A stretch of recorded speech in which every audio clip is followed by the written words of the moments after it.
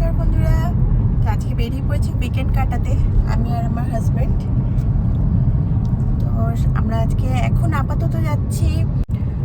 গাড়িটা বের করার পরে দেখলাম গাড়ির ভিউগুলো আসছে না, অর্থাৎ ক্যামেরাটা ঠিকঠাক মতো ওয়ার্ক করছে না। তো যার জন্য এখন শোরুমে নিয়ে যাচ্ছি। তো নিয়ে যাওয়ার পর আশা করছি যে ওটা সলভ হয়ে যাবে। তো তারপর আমরা সেখান থেকে যাব একটা জায়গায়, তোমরা সাথে থাকো। তো আমরা শোরুমে এসেই পড়েছি। এই যে দেখুন, টেকনিশিয়ান দাদাও চলে এসেছেন, কারণ আমরা আগে থেকে ওনাকে কল করেছিলাম। আমরা এই যে শোরুম থেকে বেরিয়ে পড়ছি, কারণ যেটা প্রবলেমটা হচ্ছিল খুবই মাইনর একটা প্রবলেম। তো ওনারা সাথে সাথেই শর্ট আউট করে দিলেন। তো আমরা এখান থেকে এবার বেরিয়ে পড়ছি। তো ওখান থেকে বেরোনোর পরে আপনাদের দাদা বললো যে আজকে আমাকে গাড়িটা চালাতে। তো এই যে আমি বিশ্বকর্মা ঠাকুরকে প্রণাম করে স্টিয়ারিংটা ধরলাম, তা এখন চালাচ্ছি। আজ মিঠুদি নিজেই গাড়ি চালাচ্ছে, খুব ভালো লাগছে। লার্নার দিয়েছে, লার্নারটা আছে। তো আমি খুব সিরিয়াসলি গাড়িটা চালাচ্ছিলাম। তো মাঝে মধ্যে ও ভীষণ হাসাচ্ছিল, তো আবার একটু কথা বলছিলাম। বুঝতেই পারছেন নতুন হাত, তো এদিক ওদিক একটু হয়ে যায়, তো তার জন্য মাঝে মধ্যে একটু বকাও খেতে হচ্ছিল আমাকে। তো এই যে আমরা ফাইনালি এসে পৌঁছলাম ডেস্টিনেশনে। তো আজ বহুত দিন পরে আমরা এখানে আসলাম, কেন অনেক ব্যস্ততা থাকে, আসতে পারি না। তো এই যে ফাইনালি এসে গেছি। দেখো তো তোমরা জায়গাটা কেউ চিনতে পারছো নাকি? আমাকে প্লিজ কমেন্টে জানিও এটা কোন জায়গাটা।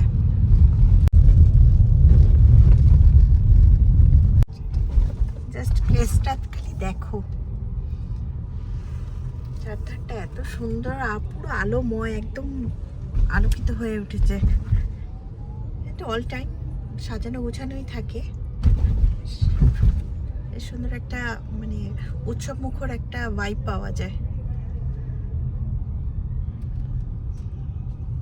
দেখো কি পরিমাণে ভিড়।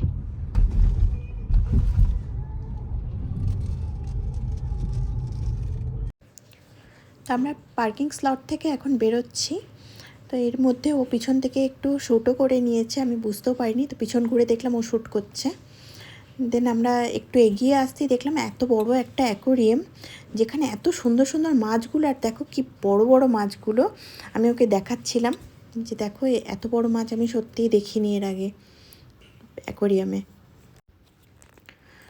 তো এই যে আমরা মাছগুলো দেখে, তো আমি ওকে বললাম যে চলো আমরা সামনের দিকে এগোই, গিয়ে দেখি কি আছে। তো আসতেই দেখলাম একটা সুন্দর স্ট্যাচু, জাস্ট ওখানটা ফোয়ারা উঠছে। আর তারপর আরেকটু এগিয়ে এসে দেখলাম এখানে পুরো ক্যান্ডির পুরো স্টক একদম, যেটাকে বলে হাউস অফ ক্যান্ডি। তো এরপরে আমরা এখান থেকে বেরিয়ে পড়ছি। আমরা একটুখানি খাওয়া দাওয়া করেছিলাম, তো সেটা দেখানো হয়নি। আমরা দুটো কফি নিয়েছিলাম, খেলাম, তারপর বেরিয়ে পড়লাম। এবার আমরা চলে আসলাম দেউলিয়া বাজারে। তো দেউলিয়া বাজারে ফুল এত সস্তা, মানে একদম তোমরা অবিশ্বাস্য দামে পাবে। এই যে বড় মালাগুলো দেখছো, বড় মালাগুলো আমরা 10 টাকা করে পিস পেয়েছি। তো আমরা এই যে ঘরে চলে এসেছি। ঘরে আসার পর আমি ফুলগুলো জাস্ট দেখাচ্ছি, দেখো এই যে বড় মালাগুলো 10 টাকা করে আমি পিস নিয়েছি, তোমাদের আগেই বললাম। আর রজনীগন্ধার এই বড় মালাগুলো আমি নিয়েছি 20 টাকা করে পিস।